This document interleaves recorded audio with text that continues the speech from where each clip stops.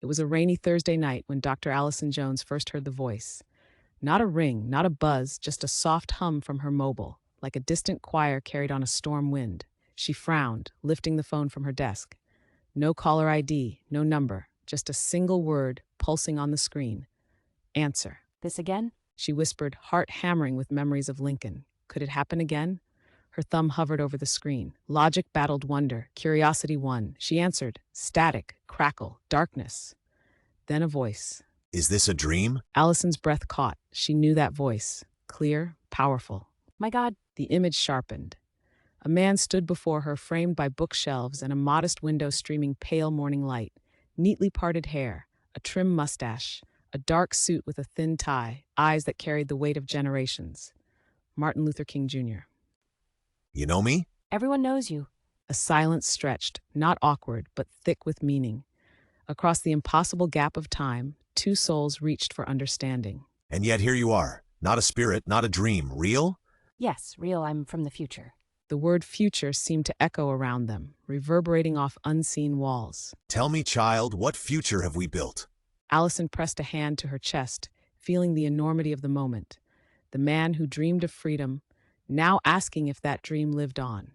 The rain tapped softly against Allison's window as she gripped the phone tighter, afraid the connection might vanish like a half-remembered dream.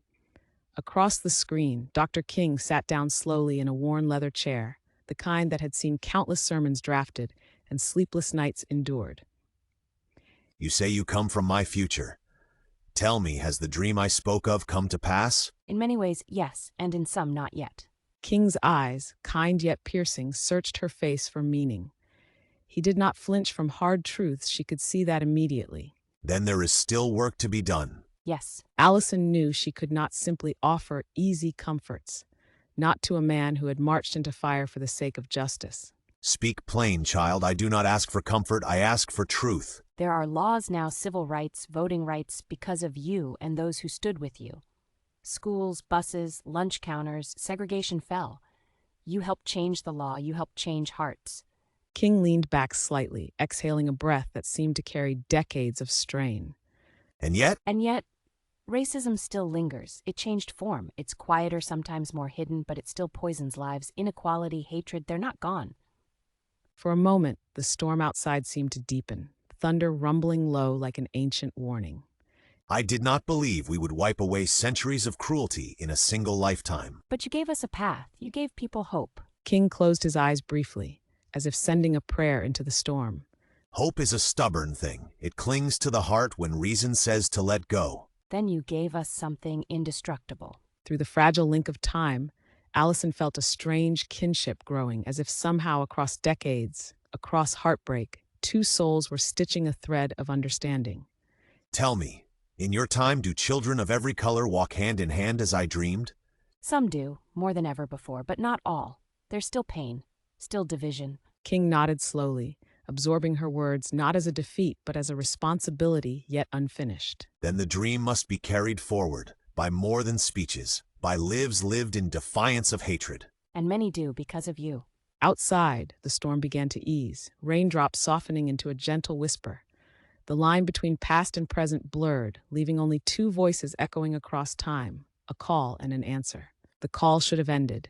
The screen should have gone dark, like last time. But it didn't. Instead, the image of Dr. King shimmered slightly, the colors warping at the edges as if the very air between them grew thin. Dr. King, something's happening. I think the connection is unstable. Everything in this world trembles before change, even time itself, it seems. Allison swallowed hard, her fingers tightening around the phone. The last time she had felt this, it was with Lincoln, and she had faced the same impossible choice. There's something I need to ask you. Ask it. The words caught in her throat. How do you tell a man about his death when you know he is only days, weeks, maybe moments away from it? If you could know the dangers ahead, the exact moment when hatred would strike at you, would you want to know? The room felt impossibly still, save for the faint hum of the storm fading outside. I have lived with death as a neighbor for years. Every march, every speech, I have walked into shadows knowing they may not let me walk back out. But this would be different. You could avoid it. Save yourself. King leaned forward, folding his hands together, his eyes never leaving hers. A man does not run from his calling because danger follows it. If my death serves the dream more than my life, then so be it. You don't have to die to be remembered. No, but sometimes a seed must fall before it can rise again in countless others. Allison blinked hard against the tears blurring her vision. She wanted to scream at the unfairness of it, of dreams paid for in blood. Tell me, in your time, when you remember me, do you remember only my death? No. We remember your courage, your voice, your hope. We remember your dream. A smile, small and solemn, touched King's lips. Then I have not truly died. Dreams are stronger than bullets. The screen flickered again, the connection thinning, unraveling like threads in a tapestry pulled too tight. Dr. King, before the connection fades, is there anything you'd want to tell the future? Yes, tell them. Freedom is never given, it is claimed. Love is never passive, it fights. Justice is never finished, it must be tended like a garden.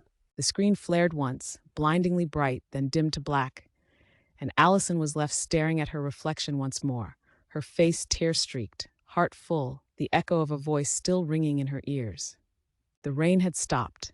The city outside her window stirred back to life, headlights flashing, distant horns blaring, but to Allison, the world felt different, like something sacred had passed through it. Dreams are stronger than bullets.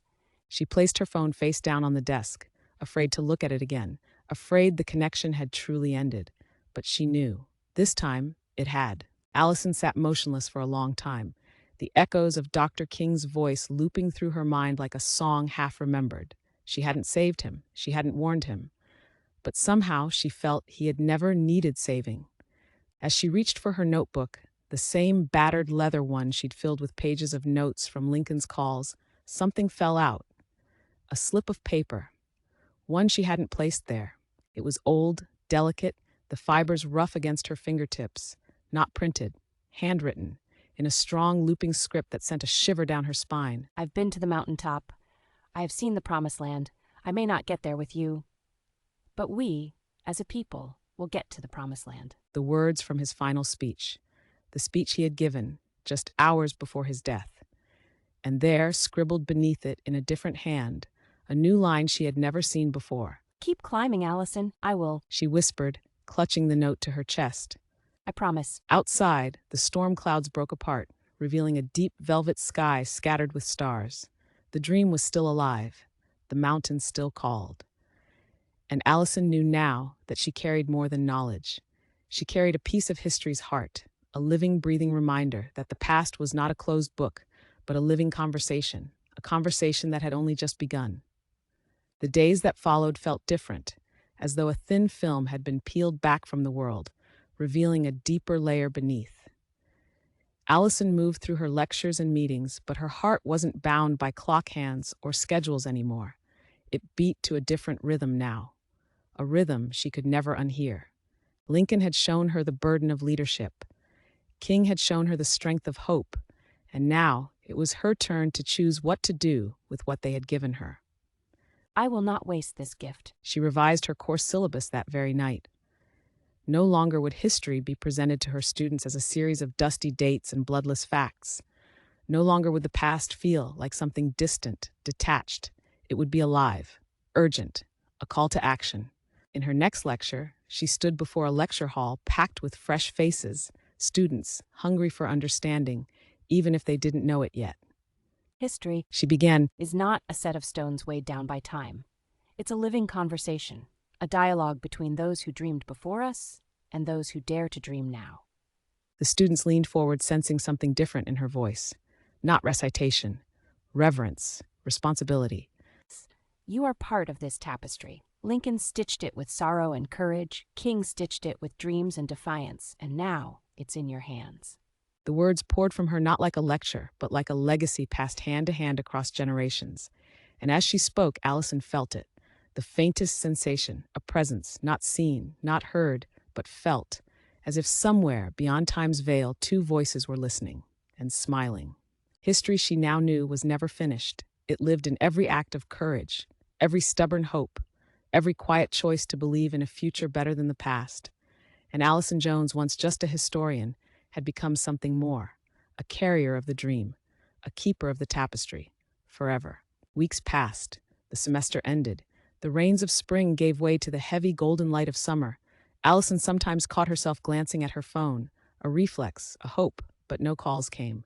The silence itself became a kind of comfort, a sign, perhaps, that her conversations with the past had found their rightful end.